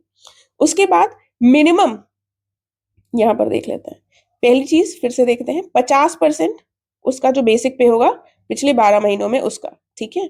उसके बाद 25 साल नौकरी होगी तब ये 50% मिलेगा, वरना दूसरी कंडीशन, वरना 10 से 25 साल के नौकरी के बीच में उस प्रपोर्शन से पेंशन मिलेगी, ठीक है। दूसरी कंडीशन क्या है? दूसरी कंडीशन ये है कि फैमिली को 60% ऑफ द पेंशन मिलेगा। जो अश्योर्ड फैमिली पेंशन है तो व्यक्ति के जाने के बाद 60% उसको मिलेगी फैमिली को। तीसरी कंडीशन क्या है? मिनिमम पेंशन जो है उस व्यक्ति की, अगर 10 साल इंसान ने सर्विस करी है तो मिनिमम पेंशन उसको 10,000 की मिलेगी, ठीक है। तो ये कुछ हमारे इंपॉर्टेंट पॉइंट्स हैं। और जो पुराना, जैसे इसमें कंट्रीब्यूशन था तो इसमें भी कंट्रीब्यूशन देख कर सकते हैं अपना, एम्प्लॉय कंट्रीब्यूशन जो स्कीम का होगा वो 10% रहेगा पहले के जैसे ही, 1 अप्रैल 2025 से इफेक्टिव होगी। ये बहुत इंपॉर्टेंट है, ठीक है। तो ये जितने इंपॉर्टेंट पॉइंट्स हो सकते थे वो हमने डिस्कस कर लिए हैं। उसके बाद अब आ जाती है एक ये बायो 3, बायो E3। ये क्या है? ये बेसिकली E3 यहाँ पर क्या है? बायो तो बायोटेक्नोलॉजी के लिए हो गया, बायोटेक्नोलॉजी फॉर इकोनॉमी, एनवायरमेंट और एम्प्लॉयमेंट पॉलिसी, ठीक है। तो बायो E3 पॉलिसी में क्या क्या 3 E है? इकोनॉमी, एनवायरमेंट और एम्प्लॉयमेंट, ठीक है। तो ये जो है बेसिकली यूनियन बजट 2023-24 में एम्फेसाइज किया गया था ग्रीन ग्रोथ पे, तब इसके लिए बात की गई थी। और ये लाइफ टर्म पूछा भी गया है, life style for the environment, ये मोदी जी ने लॉन्च किया था, ये याद रखिएगा, ये पूछ चुका है पीसीएस। ये लाइफ टर्म किससे है? Lifestyle for the environment launch किया गया था अक्टूबर 2022 में मोदी जी के द्वारा, अगले साल पूछा भी गया था। तो ये जो बायो E3 पॉलिसी है, ये इन सारे जो उद्देश्य है इन सारे उद्देश्यों से अलाइन कर रही है। सबसे पहले यूनियन बजट 2023-24 में ग्रीन ग्रोथ पे एम्फेसाइज किया गया था। उसके बाद मोदी जी ने नेट जीरो कार्बन इकोनॉमी की बात की थी। तो सारी जितने भी पॉइंट्स हैं इन सबको अलाइन करेगी। लाइफ पर मोदी जी ने बात की थी, life style for the environment. उसके बाद जो इंटरिम यूनियन बजट था 2024 का, इसमें भी बायो मैन्युफैक्चरिंग और पर एक आई थी स्कीम, ठीक है, एंड बायो फाउंड्री। अब ये क्या होता है ये देख लेते हैं। तो ये जो बायो फाउंड्री टर्म होता है ये बेसिकली पूछा भी जा सकता है, थोड़ा सा डिफरेंट है। तो बायो फाउंड्री ये लिखा हुआ है ये वाला, तो ये बायो फाउंड्री क्या हो गया? Bio manufacturing plus automation. तो तकनीक का इस्तेमाल कर रहे हैं बायो मैन्युफैक्चरिंग में, ठीक है, तो ऑटोमेशन का इस्तेमाल कर रहे हैं तो वो बायो फाउंड्री हो जाता है। तो इन सारे चीजों से ये बायो पॉलिसी, जो बायो E3 की पॉलिसी है वो हमारी अलाइंड है, बस, ठीक है। उसके बाद एक पॉइंट ये इंपॉर्टेंट है, यहाँ पर बड़ी सी पिक्चर है लेकिन बस देखना ये है कि इंडिया और डेनमार्क क्या कर रहे हैं, इन्होंने एक smart laboratory on clean reverse launch की है, ठीक है। तो हमारे यहाँ नदियां जो है वो साफ नहीं हो पाती हैं, बस उसके लिए प्रोग्राम्स आते हैं जैसे नमामि गंगे, ठीक है, इस तरह के जो प्रोग्राम्स आए हैं। तो अब डेनमार्क के साथ कहा है कि अब हम एक ही प्रोग्राम लॉन्च कर रहे हैं, smart laboratory on clean reverse, Varanasi में लॉन्च हुआ है। इसमें क्या करेगा, डेनमार्क अपनी चीजों को शेयर करेगा और हमें हमारी सहयोग करेगा कि हम रिवर्स को क्लीन कर सकें, ठीक है। उसके बाद ये देख लेते हैं, एक पोलरिस डॉन है। पोलरिस डॉन क्या है? ये प्राइवेट क्रूड स्पेस फ्लाइट है जो स्पेस एक्स ने भेजी है, ठीक है। इसके सीईओ कौन है? जेरेड इजैकमैन। ये क्या है? बेसिकली ये पहला प्लान्ड मिशन है पोलरिस प्रोग्राम जिसका नाम है, ये लॉन्च, इसकी डेट है 10 सितंबर 2024। इसमें होगा क्या? इसमें 3 लोग जाएंगे, इस स्पेस क्राफ्ट से 3 लोग जाएंगे और ये चक्कर लगा कर आएंगे स्पेस का, ठीक है। तो बस यहाँ पर हमको याद क्या रखना है, ये पोलरिस डॉन जो प्रोग्राम किससे संबंधित है? स्पेस एक्स का है। और बेसिकली इसमें 3 लोग जाएंगे और ये एक ऐसा प्रोग्राम है जिसमें ह्यूमंस को भेजा जा रहा है और वो फारदेस्ट अभी तक जितना भी गया है इंसान, उससे ज्यादा ये लोग जाएंगे। नाम क्या है? स्कॉट पोटीट, सारा गिलीस एंड एना मेनन, ठीक है। ये इनका जो ये क्रू है, इसमें इजैकमैन, ये बेसिकली जेरेड इजैकमैन जो है, इन्हीं की ये इस कंपनी के सीईओ हैं और इन्हीं का ये आइडिया था कि हम ऐसा करेंगे, तो इसमें काफी लोगों को आगे भेजा जाएगा। तो फिलहाल इन 3 लोगों के इजैकमैन खुद भी जाएंगे और इनके 3 लोगों का क्रू है स्कॉट, सारा और एना। स्कॉट, सारा, एना, इजैकमैन, स्कॉट, सारा और एना, बस, ठीक है। उसके बाद अमूल, जो अमूल दूध आता है, ये वर्ल्ड का स्ट्रॉन्गेस्ट फूड ब्रांड हो गया है।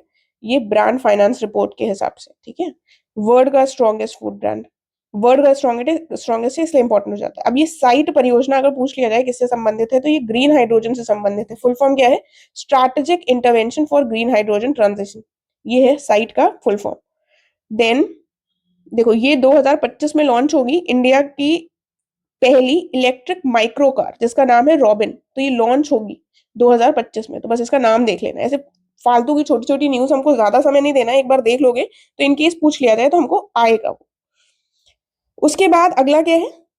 देखो, ये यूपी से रिलेटेड है, इसलिए ये थोड़ा सा देखने वाला है। हुआ क्या है, यूपी की जो इंडस्ट्रियल कॉरिडोर है, डिफेंस इंडस्ट्रियल कॉरिडोर यूपी का है, यूपीडीआईसी, इसने एक एमओयू किया है डिफेंस मिनिस्ट्री के साथ। इसके अंतर्गत ये दो तीन चीजें खोल रहे हैं। खोल क्या रहे हैं? दो कानपुर में खोल रहे हैं, एक खोल रहे हैं अनमैन्ड एरियल सिस्टम के लिए, और दूसरा कम्युनिकेशन डोमेन के लिए। एक लखनऊ में खोल रहे हैं मैकेनिकल एंड मटेरियल डोमेन के लिए। तो ये दो फैसिलिटी कानपुर में स्टैब्लिश कर रहे हैं, एक कर रहे हैं लखनऊ में। तो बस कानपुर लखनऊ स्पेशल है, इसलिए हमने इसको देख लिया। उसके बाद ये इंपॉर्टेंट पॉइंट आ जाता है, वर्तमान में भारत में कितने रामसर साइट्स हैं? तो 85 हो गए हैं, टोटल नंबर 85 है। यहाँ पर ये थोड़ा सा ब्लर हो गई है इमेज, लेकिन मैं बता देती हूँ यहाँ पर। तो सबसे पहले एक जो ऐड हुई है वो क्या है?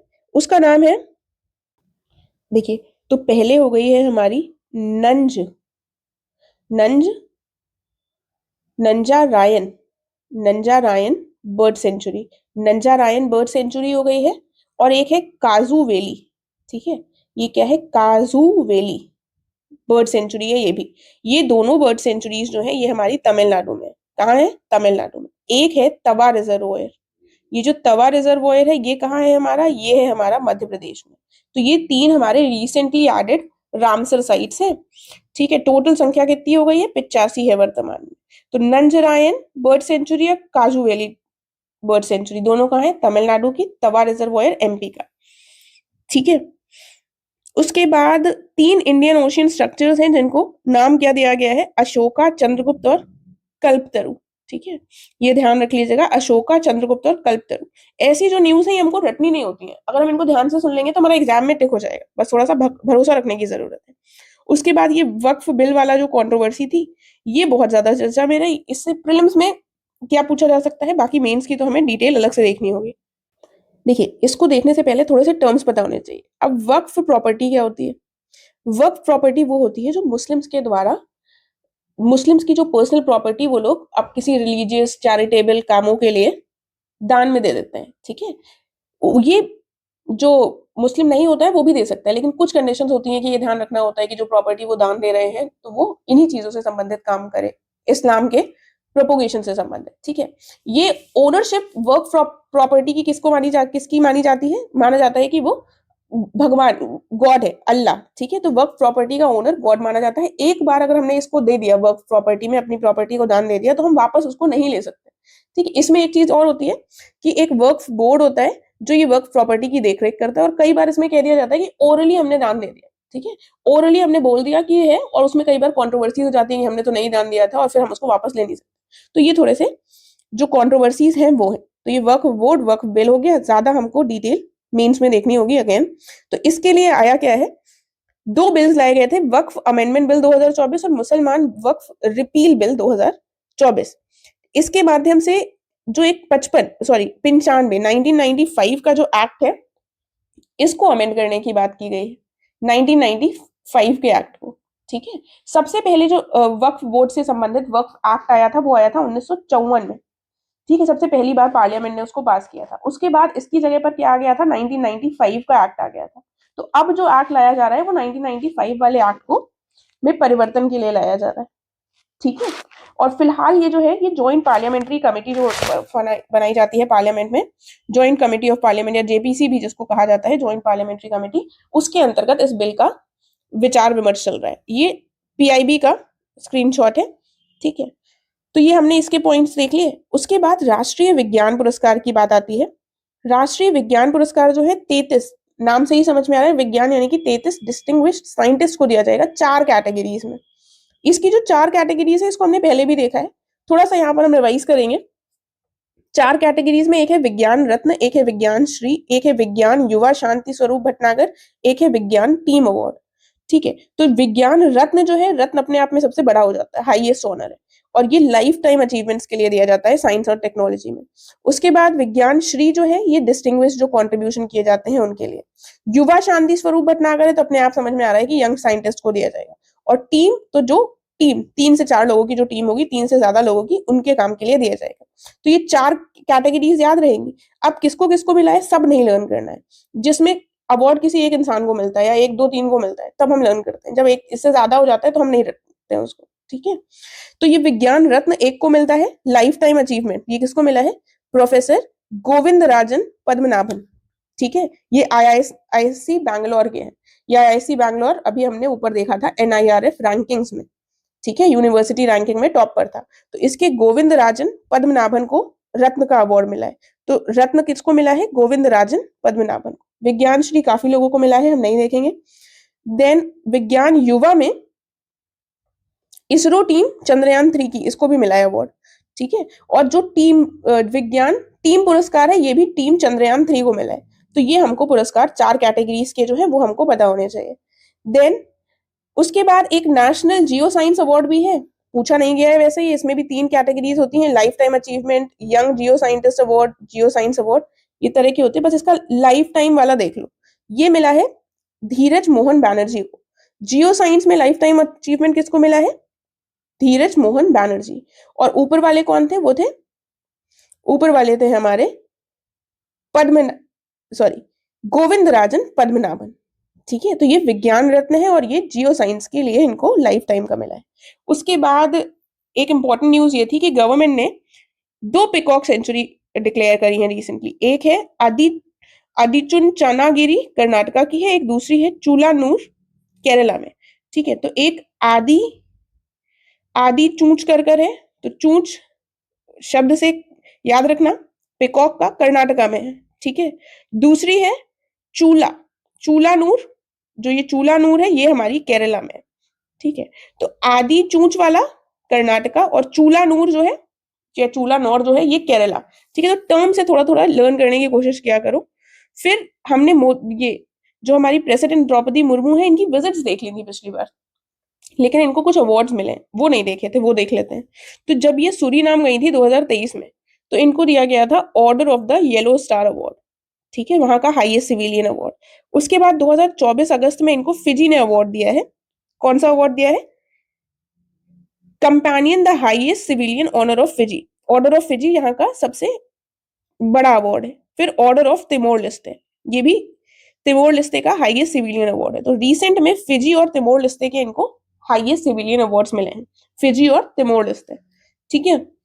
देन उसके बाद देखो, क्योंकि कुछ फर्जी फर्जी न्यूज यूपीपीसीएस पूछता है, तो हम देखिए, तो ये क्या न्यूज थी, ये एक सिंगर है हॉलीवुड की, मिसी इलियट, इनका एक क्लासिक सॉन्ग है दिस रेन द रेन, ठीक है। तो ये बेसिकली ट्रांसमिट किया गया वीनस में, ठीक है। इससे पहले भी नासा एक बार कर चुका है, जब 40वीं अपनी एनिवर्सरी सेलिब्रेट कर रहे थे ये, तब इन्होंने बीटल्स जो एक वो है ग्रुप, उसका अक्रॉस द यूनिवर्स का है, ये स्पेस में ट्रांसमिट किया था, ठीक है। तो बस ये एक पॉइंट है, इन केस ऐसा कुछ आ जाता है फर्जी टाइप का, तो आपको, अगर आपने एक बार सुना है तो आप टिक कर लेंगे, ठीक है। फिर मैंने इनकी ये फोटो लगा दी है, ज्यादा ये इंपॉर्टेंट नहीं है, लेकिन क्योंकि ये पहला है इसलिए इंपॉर्टेंट है। डायना पुंडोल, वैसे ये है भारतीय, लेकिन ये देखकर भी विदेशी लग रही है और इनका नाम भी विदेशी है, ठीक है। तो इन्होंने नेशनल चैंपियनशिप जीती है, पहली महिला बन गई है ये, MRF Indian car racing championship Chennai में जो हुई थी, ठीक है। तो बस ये ध्यान रख लेना डायना, ठीक है। इनके फोटो इसलिए लगा दिए तो थोड़ा सा रिलेट कर याद कर पाओगे, वरना हर चीज नहीं याद हो पाती। अब एक जो सबसे इंपॉर्टेंट चीज है वो है आती है हमारी 33rd पेरिस ओलंपिक्स 2024 के। तो अब इसका मैस्कॉट क्या था, ऑफिशियल मैस्कॉट जो था वो था फ्रिगीज। ये फ्रिगीज जो होते हैं, ये फोटो है इनकी। और ओलंपिक्स, पेरिस ओलंपिक्स और पेरिस में जो पैरालंपिक्स हुए हैं, दोनों का ही ये मैस्कट था और दोनों का ऑफिशियल स्लोगन क्या था, गेम्स वाइड ओपन। स्लोगन क्या था, गेम्स वाइड ओपन। और फ्रिगीज ये जो बने हुए हैं, ये इनका मैस्कट था। इसमें रहा क्या, ये यूएस इसमें फर्स्ट रहा, फिर चाइना, फिर जापान, फिर चौथा हमारा ऑस्ट्रेलिया, और 71वां भारत रहा, ठीक है। यहाँ पर भारत की पोजीशन 71वीं रही। और अगर हम पेरिस ओलंपिक्स को याद करें, जो हमने पिछली बार कवर किए हैं, तो उसमें क्या था, उसमें हमने देखा था CBU क्रम था, ठीक है, चाइना, ब्रिटेन और यूएस। ठीक है, तो यहां पर ब्रिटेन को हटा दिया इन्होंने, यूएस ऊपर चला गया है, तो यहां पर क्या हो गया है, यूसीजे।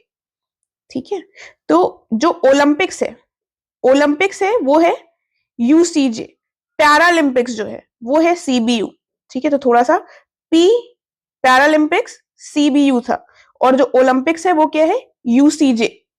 ठीक है, थोड़ा सा इस तरीके से याद कर लो। उसके बाद यहां पर पैरालंपिक्स में मैंने कहा था नीदरलैंड है चौथा, इसकी ज्यादा इंपॉर्टेंट नहीं है। यहां पर चौथा क्या हो जाता है, ऑस्ट्रेलिया।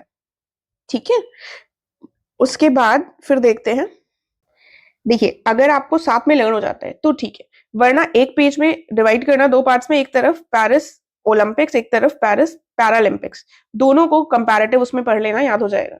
ठीक है, फिलहाल ये हुआ कब, ओलंपिक्स पहले हुए थे 26 जुलाई से 11 अगस्त तक हुए, 33वां एडिशन था इस बार के ओलंपिक्स का, 33वां एडिशन था। ठीक है, स्लोगन देख लिया हमने, मैस्कट देख लिया, दोनों की लोकेशन पेरिस थी। उसके बाद अब हम अगर इसको देखें तो इसके फ्लैग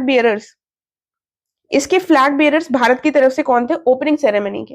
तो ओपनिंग सेरेमनी के जो फ्लैग बेयरर्स थे हमारे, वो थी पीवी सिंधु। पीवी सिंधु का नाम आप लोगों ने सुना ही होगा, बैडमिंटन प्लेयर है, और दूसरे एक टेबल टेनिस प्लेयर है, अचिंत्य शरत कमल। अचिंत्य शरत कमल। अब पीवी सिंधु जैसी बड़ी प्लेयर जा रही है तो कोई चिंता की बात नहीं है, तो अचिंत्य। ठीक है, अचिंत्य शरत कमल, ये दोनों लोग फ्लैग बेयरर्स थे शुरुआत के। ठीक है, उसके बाद जो क्लोजिंग सेरेमनी थी उसके फ्लैग बेयरर्स कौन थे, उसके फ्लैग बेयरर्स थे मनु भाकर, जो शूटर है, और जो मेंस हॉकी टीम के गोलकीपर है, जिन्होंने हाल ही में संन्यास भी ले लिया है, पीआर श्रीजेश। ठीक है, तो ओपनिंग पीवी सिंधु के साथ अचिंत्य थे, जिनको चिंता नहीं थी, फिर मनु भाकर और पीआर श्रीजेश, ये क्लोजिंग सेरेमनी के हो गए। ठीक है, उसके बाद क्या, इससे रिलेटेड और क्या इंपॉर्टेंट पॉइंट हुआ, एक इंपॉर्टेंट चीज ये हुई थी कि जो ये नीता अंबानी है, रिलायंस वाली, इन्होंने क्या किया था, इन्होंने इनॉग्रेट किया था, नीता अंबानी ने, इंडिया हाउस। इंडिया हाउस ये अपनी तरह का जो ओलंपिक्स में खोला गया पहला वो था। ठीक है, कंट्री हाउस कुल मिलाकर एक इन्होंने इनॉग्रेशन किया था इंडिया हाउस के नाम से, जगह की, जो पेरिस ओलंपिक्स में जहां पर लोग पार्टिसिपेट कर रहे थे वहीं पर। ठीक है, उसके बाद यहां पर क्या हुआ, मनु भाकर जो थी, जो क्लोजिंग सेरेमनी वाली थी, इन्होंने क्या किया, इन्होंने जीते हैं 2 मेडल्स, 2 ब्रॉन्ज मेडल्स जीतने वाली ये महिला बनी, ये पहली भारतीय महिला बनी जिन्होंने ओलंपिक में 2 मेडल जीते हैं, ओलंपिक शूटिंग में। ठीक है, उसके बाद अभी इन्होंने कौन से मेडल जीते वो भी हम यहां पर करेंगे। उसके बाद क्या था, एक इंपॉर्टेंट जो न्यूज आप लोगों को अगर याद हो तो विनेश फोगाट वाली आप लोगों ने सुनी होगी। ठीक है, विनेश फोगाट वाली न्यूज ये थी, भारत की रेसलर है और ये डिस्क्वालीफाई हो गई थी फाइनल मैच से, क्योंकि ये कितने ग्राम्स ओवरवेट थी, 100 ग्राम्स ओवरवेट थी, और इन्होंने 50 किलो, ये वाला पॉइंट इंपॉर्टेंट हो जाता है, 50 किलो वेट कैटेगरी में इन्होंने पार्टिसिपेट किया था, और इसके बाद आते ही इन्होंने फिर रिटायरमेंट की घोषणा कर दी थी। राइट, तो जो चीज ज्यादा चर्चा में होती है तो थोड़ा सा हमें देखना होता है। तो ये पहली महिला एथलीट थी जो ओलंपिक फाइनल में पहुंची थी 50 किलो की कैटेगरी से। ठीक है, उसके बाद यहां पर 2-3 पॉइंट्स हम और देखेंगे। देखिए, अब रशिया वगैरह को अलाउ तो है नहीं इसमें पार्टिसिपेट करना, तो रशिया के लगभग 15 जो प्लेयर्स थे वो न्यूट्रल बैनर, अपनी देश की तरफ से नहीं, न्यूट्रल यहाँ पर लड़े थे। ठीक है, उसके बाद एक नाम है सिंडी। ठीक है, ये सिंडी नगम्मा कर नाम था, ये पहली प्लेयर बनी जो रिफ्यूजी टीम से जीती है पैरालंपिक्स में। ठीक है, पेरिस ओलंपिक्स में। ठीक है, तो रिफ्यूजी टीम से जीतने वाली महिला कौन बनी है, सिंडी रिफ्यूजी टीम से जीतने वाली कोई मेडल पहली महिला बनी है। ठीक है, तो ये हमने इसके इंपॉर्टेंट पॉइंट्स देख लिए। अब हम एक बार देखेंगे, फिर हम पूरा रिवाइज करेंगे। अब हम एक बार देखेंगे, ये मनु भाकर ने ब्रॉन्ज जीता, एंड सबसे इंपॉर्टेंट बात ये, भारत ने ये जो मेडल जीते हैं इसमें कोई भी गोल्ड नहीं है, एक यहां पर आ जाएगा हमारा सिल्वर और 5 ब्रॉन्ज। ठीक है, टोटल 6 मेडल जीते हैं हमने केवल, और हमारी पोजीशन 71वीं है। तो अब ये सारे मेडल्स हमको लर्न करने पड़ेंगे। मनु भाकर ने 2 जीते हैं ब्रॉन्ज, एक तो यहां पर जीता women's 10 metre air pistol event में। उसके बाद मनु भाकर ने एक सरबजोत सिंह के साथ ब्रॉन्ज जीता 10 मीटर एयर पिस्टल में ही, मिक्स टीम इवेंट जो था। उसके बाद ब्रॉन्ज किसने जीता, स्वप्निल कुसाले ने, इन्होंने ब्रॉन्ज जीता 50 मीटर राइफल में 3 पोजीशंस वाला, इसमें इनको मिला ब्रॉन्ज। उसके बाद इंडियन हॉकी टीम ने ब्रॉन्ज जीता, ठीक है। नीरज चोपड़ा एकमात्र ऐसे थे जिन्होंने जीता है सिल्वर मेंस जैवलिन थ्रो में, और इन्होंने पाकिस्तानी जो प्लेयर थे वो फर्स्ट आए थे। अमन सहरावत ने ब्रॉन्ज जीता 57 किलो फ्री स्टाइल में, ठीक है। तो अब इसमें जो ये इंडियन हॉकी टीम हो गई, ये तो आपको समझ ही आ गया, ये जैवलिन थ्रो से हो गए, और ये अमन सहरावत जो थे ये हमारे क्या हो गए, रेसलर। देखिए तो फिर इसको एक बार रिवाइज कर लेते हैं शुरुआत से, ठीक है। तो ये जो 33rd पैरिस ओलंपिक्स है, इसका मैस्कट क्या है, फ्रिजीज, ठीक है। स्लोगन क्या है, गेम्स वाइड ओपन। इसमें क्या रैंकिंग रही, इसमें रैंकिंग रही यूसीजे, ठीक है। और उसमें क्या थी पैरालंपिक्स में, CBU, ठीक है। उसके बाद मेडल्स देख लेते हैं जो हमने अभी नहीं देखे। तो जो फर्स्ट आए उन्होंने जीते 126 मेडल्स, यानी कि यूएस ने जीते 40 और चाइना ने भी 40 जीते, ठीक है। तो गोल्ड मेडल दोनों के 40-40 हैं, इनके 126 कुल थे और इनके कुल 91 है। और उसके बाद ये तीसरा नंबर भी इजी है, तो 40-40-20, ये ध्यान रख लेना। भारत जो हमारा 71वीं पोजीशन पे है, इसने एक भी गोल्ड मेडल नहीं जीता। पहले वाले यूएस ने जीते 126 और हमने कितने जीते, 6, ठीक है। तो थोड़ा थोड़ा मोटा मोटा फिगर हमें पता होना चाहिए। फिर इंडियन एथलीट्स की एक बार रैंक ये देख लेते हैं, फिर हम बाकी जो फैक्ट्स हैं उनको रिवाइज करेंगे। तो मनु भाकर ने ब्रॉन्ज जीता, 6 ब्रॉन्ज आए और 1 हमारा सिल्वर आया। टोटल कितने थे हमारे, टोटल हमारे सॉरी 5 हमारे ब्रॉन्ज आए और 1 सिल्वर आए। टोटल हमारे 6 मेडल्स ही हैं, 71 रैंक है और 6 मेडल्स हैं टोटल। फिर देख लेते हैं एक बार, मनु भाकर शूटिंग में इन्होंने जीता ब्रॉन्ज। फिर सरबजीत सिंह के साथ मिक्स्ड वाले इवेंट में 10 मीटर, दोनों ही 10 मीटर का एक मिक्स इवेंट था, एक विमेन का था। मनु भाकर ने जीता एक वाला अकेला और मिक्स्ड में सरबजीत सिंह के साथ। फिर स्वप्निल कुसाले ने जीता 50 मीटर राइफल में ब्रॉन्ज। फिर इंडियन हॉकी टीम ने ब्रॉन्ज जीता। नीरज चोपड़ा ने सिल्वर जीता जैवलिन थ्रो में। अमन सहरावत ने ये रेसलिंग में 57 किलोग्राम फ्री स्टाइल इवेंट में ब्रॉन्ज जीता। तो केवल नीरज चोपड़ा ने ही सिल्वर जीता था, ठीक है। अब जो हमने फैक्ट्स पढ़े हैं इससे रिलेटेड वो देख लेते हैं। एक चीज इंपॉर्टेंट यहां पर हो जाती है, भारत की तरफ से कितने लोगों ने पार्टिसिपेट किया, ठीक है। तो ये याद रखना, भारत की रैंक कितनी है, 71, पार्टिसिपेंट्स कितने हैं, 170, ठीक है। 71 रैंक लाए हैं और 117 जो है वो पार्टिसिपेंट्स हैं, 117। और इवेंट्स कितने कितने स्पोर्ट्स में पार्टिसिपेट किया, 16 स्पोर्ट्स में, ठीक है। चलो ये थोड़ा मोटा मोटा हो गया। अब ओपनिंग सेरेमनी में पीवी सिंधु के साथ थे बिना चिंता के अचिंत्य, ये ओपनिंग सेरेमनी के हो गए। क्लोजिंग सेरेमनी के कौन थे, क्लोजिंग सेरेमनी की मनु भाकर और दूसरी कौन, दूसरे हमारे PR श्रीजेश, ये क्लोजिंग सेरेमनी के फ्लैग बियरर्स थे। ओपनिंग और क्लोजिंग हो गई। उसके बाद नीता अंबानी ने क्या किया, एक इंडिया हाउस खोला, इनॉग्रेट किया आई मीन, और ऐसा करने वाला इंडिया ने पहली बार ऐसा किया है, ठीक है। जो मनु भाकर है ये पहली महिला है जिन्होंने जीता है मेडल को, शूटिंग में पहली महिला है जिन्होंने ओलंपिक मेडल जीता है, ठीक है। उसके बाद मिक्स डबल वाला भी जीत लिया, तो अपने आप इन्होंने हिस्ट्री बना दी है कि ये एक ही उसमें 2 मेडल जीत लाई है मनु भाकर, ठीक है। उसके बाद विनेश फोगाट रेसलर जो डिस्क्वालीफाई हो गई थी क्योंकि 50 किलोग्राम में कितनी ओवरवेट थी वो, 100 ग्राम्स ओवरवेट थी, ठीक है। उसके बाद इन्होंने रिटायरमेंट ले लिया।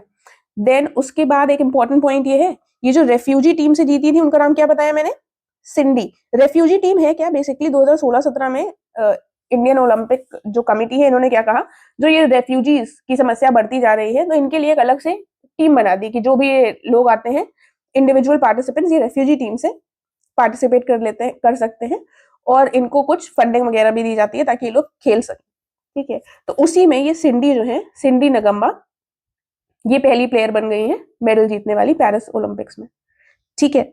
ये हो गया। तो ये हमने सारे इंपॉर्टेंट पॉइंट जितने भी थे वो कवर कर लिए हैं। एक बार इसको फिर से रिवाइज कर लीजिएगा क्योंकि इससे क्वेश्चन पूछा जा सकता है, ठीक है। मेडल्स भी देख लीजिएगा कंट्री वाइज।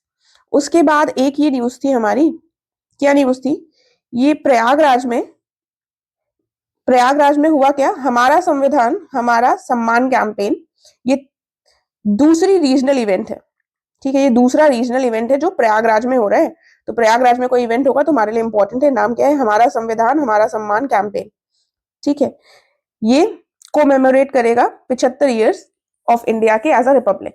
तो ये ध्यान रख लेना कि उत्तर प्रदेश में कहाँ हो रहा है, प्रयागराज में। उसके बाद स्टैचू ऑफ यूनियन, ये स्टैचू ऑफ यूनियन क्या है, 90 फीट की हनुमान जी की ये आइडल है, टेक्सास यूएस में इसको इनॉग्रेट किया गया। तो स्टैचू ऑफ यूनियन कहां पर किया गया है, टेक्सास, टेक्सास कहाँ है, यूएसए में, ठीक है। देन एक ये पॉइंट आ जाता है प्रोजेक्ट नेक्सस। अब ये प्रोजेक्ट नेक्सस जो है इसमें आरबीआई ने रिसेंटली ज्वाइन किया है। ये बेसिकली है क्या, एक मल्टीलेटरल इंटरनेशनल इनिशिएटिव है जो एनेबल करेगा instant cross border retail payments by interlinking domestic fast payment system. देखो अब आसान भाषा में इसको देखते हैं। देखिए, नेक्सस शब्द का मतलब होता है लिंक, ठीक है, लिंक करना चीजों को आपस में। अब ये हुआ क्या है, जैसे अब भारत का अपना यूपीआई है तो वैसे दूसरे देशों में अपना अपना है, तो अब आपस में देश में तो हो जाती हैं पेमेंट्स प्रॉपरली, लेकिन क्रॉस बॉर्डर एक देश से दूसरे देश में अगर हम कहीं गए हैं तो वहां पर हम इतना यूपीआई से स्कैन कर लें तो वो उतना इजी नहीं होता। तो एक प्रोजेक्ट के माध्यम से हम ये मल्टीलेटरल मल्टीलेटरल कई सारे देश मिलकर एक ऐसी चीज बना रहे हैं जिससे सबके लिए ये जो क्रॉस बॉर्डर जो ये पेमेंट्स के ट्रांजैक्शन होते हैं ये इंस्टेंट हो सके, ठीक है। ये जो प्रोजेक्ट है ये 2026 में जाकर लागू होगा। अभी इसका ये जो आइडिया है वो ही आया है। इसमें कौन कौन से देश हैं, इसके फाउंडिंग मेंबर्स अगर देखा जाए तो ये है पीएम सेट, ठीक है। तो पी से कौन हो जाएगा, पी से हो जाएगा फिलीपाइंस, एम से मलेशिया, एस से सिंगापुर, आई से हमारा इंडिया और टी से थाईलैंड। तो पीएम सेट जो है ये प्रोजेक्ट नेक्सस से संबंधित है, हाल ही में आरबीआई ने इसको ज्वाइन कर लिया है। इंडोनेशिया इसको फ्यूचर में ज्वाइन करेगा, अभी कंफर्म नहीं है। तो पीएम सेट से हमको ये प्रोजेक्ट नेक्सस को याद रखना है। इसका कंसेप्चुअलाइजेशन किसके द्वारा किया गया है, bank for international settlements, innovation hub of the bank of international settlements. जो बेसिल नॉर्म्स जिनके सुने हैं वही वाला ये बीआईएस है, ठीक है। तो बस इतना याद रख लेना प्रीलिम्स में, इससे ज्यादा नहीं हमारे लिए इंपॉर्टेंट है। उसके बाद एक ये छोटी सी न्यूज है, ये जो है 16-year-old जिया राय जो है becomes world's fastest para swimmer to cross English channel. देखो तो पैरा स्विमर बन गई है, भारतीय है इसलिए वर्ल्ड की फास्टेस्ट पैरा स्विमर। तो ये इतना क्या नाम है इनका, जिया राय, बस इससे ज्यादा ये इंपॉर्टेंट नहीं है। फिर ये वाला आ जाता है, अभी क्या हुआ है, उत्तर प्रदेश की जो असेंबली है इन्होंने पास किया है एक prohibition of unlawful conversion of religion amendment bill 2024। इससे क्या हो जाएगा, ये बेसिकली ये जो बिल लाया गया है ये और ज्यादा स्ट्रिंजेंट बना देगा, पनिशमेंट और बढ़ा देगा।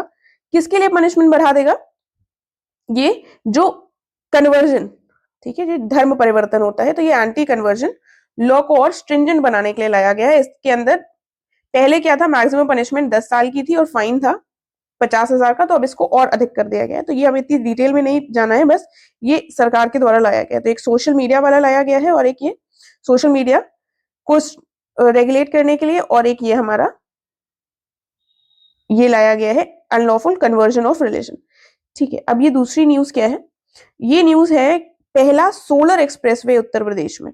तो ये कौन सा बनेगा, ये जो हमारा बुंदेलखंड एक्सप्रेसवे है, ठीक है, यहाँ पर सोलर पैनल्स लगेंगे बुंदेलखंड एक्सप्रेसवे में जो 296 किलोमीटर का है। इसको अब इसी के बारे में थोड़ा सा देख भी लेते हैं। ये मोदी जी ने इसको लॉन्च किया था 16 जुलाई 2022 को, ठीक है। इसको कंस्ट्रक्ट किसके द्वारा किया गया है, यूपी ईडा के द्वारा किया गया है। और मोदी जी ने इसको लॉन्च किया था, बेसिकली ये मोदी जी ने इसका इनॉग्रेशन किया था 16 जुलाई 2020 को। ये फाउंडेशन स्टोन ले किया गया था फरवरी 2020 में, तो मतलब 28 महीने में प्रिपेयर हो गया था।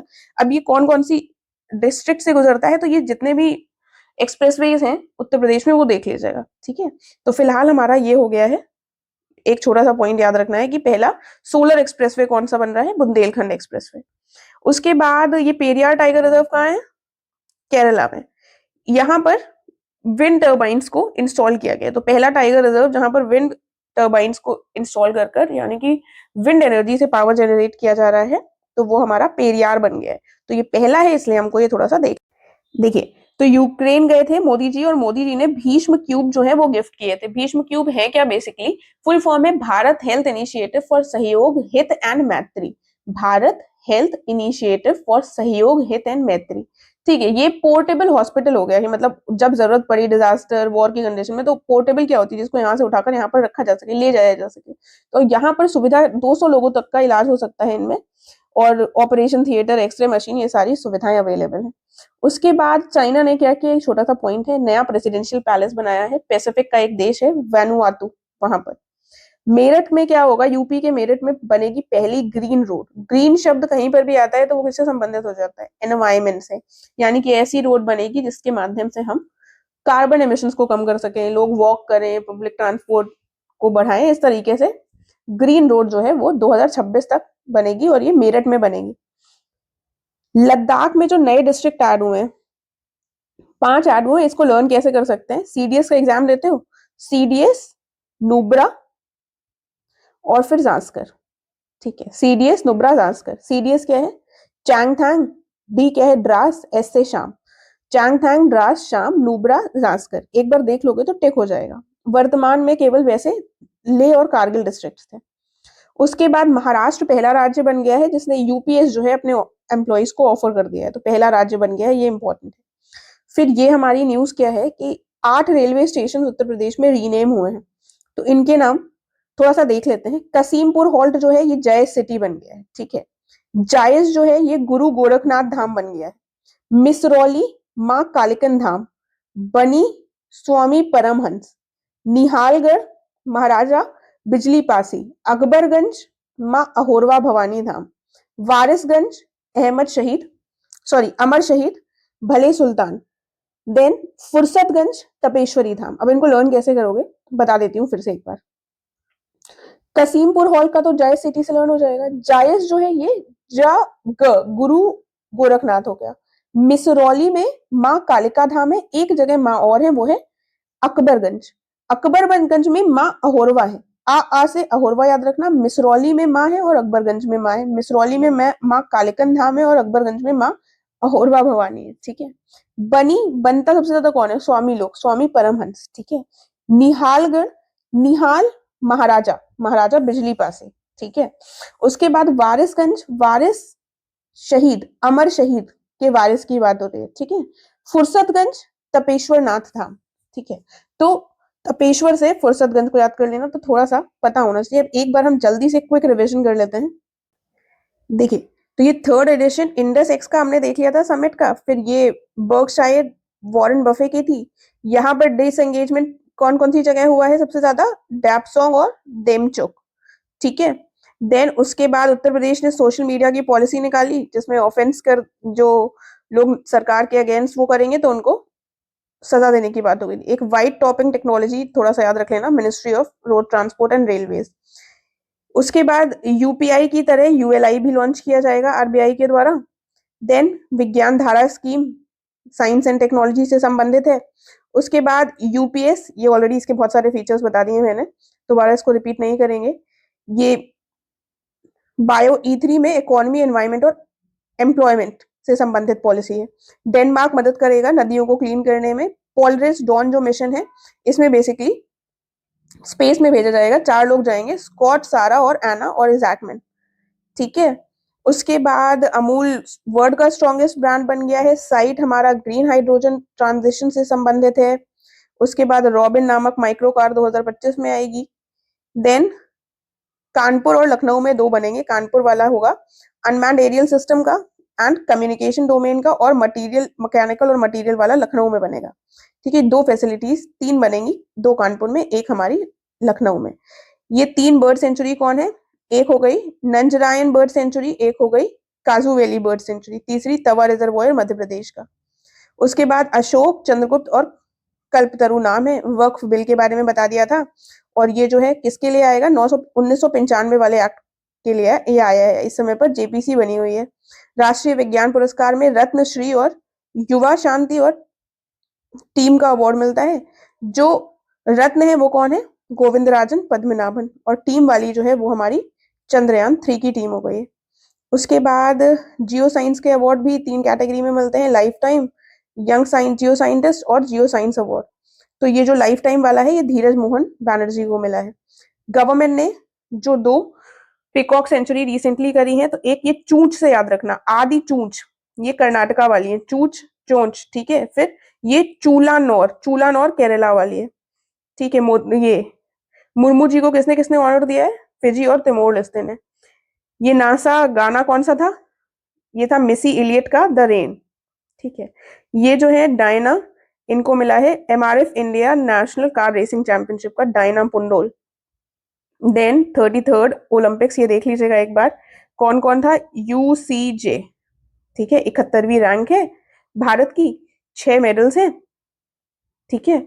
और इसमें ये 6 मेडल्स में 5 हमारे ब्रॉन्ज हो गए, 1 गोल्ड हो गया। इसके बाद ये हम ऑलरेडी रिवाइज कर चुके हैं। प्रयागराज में हमारा संविधान हमारा सम्मान कैंपेन हुई, ये दूसरा रीजनल इवेंट है।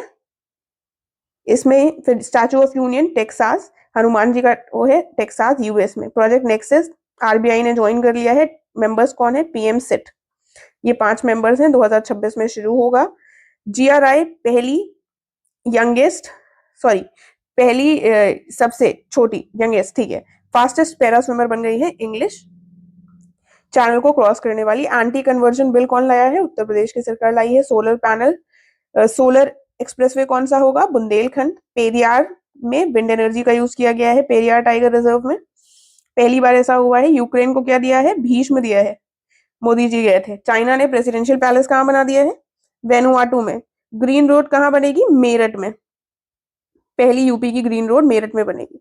उसके बाद लद्दाख में सीडीएस, सीडीएस देकर लद्दाख में ही पोस्टिंग होगी ना, सीडीएस जांस्कर, और उसके बाद क्या आ जाएगा? सीडीएस जांस्कर, सीडीएस शाम और जांस्कर, सॉरी सीडीएस नुब्रा और जांस्कर, ठीक है। ये तो चैंगथोंग, डी से द्रास और एस से शाम, नुब्रा और जांस्कर, तो ये 5 हो गए। उसके बाद महाराष्ट्र ने पहला बना है जिसने एम्प्लॉयज के लिए अपने यूपीएस कर दिया है, और ये एक बार देख लीजिएगा। इसके साथ हमारा ये फाइनली कंप्लीट हो गया है। टेलीग्राम चैनल को जरूर ज्वाइन कर लीजिएगा, इन केस कोई चीज मुझे इंपॉर्टेंट लगती है तो मैं वहां पर शेयर करूंगी। एंड अगर आपको वीडियो अच्छा लगा है तो प्लीज लाइक और शेयर जरूर कर दीजिएगा। Thank you so much.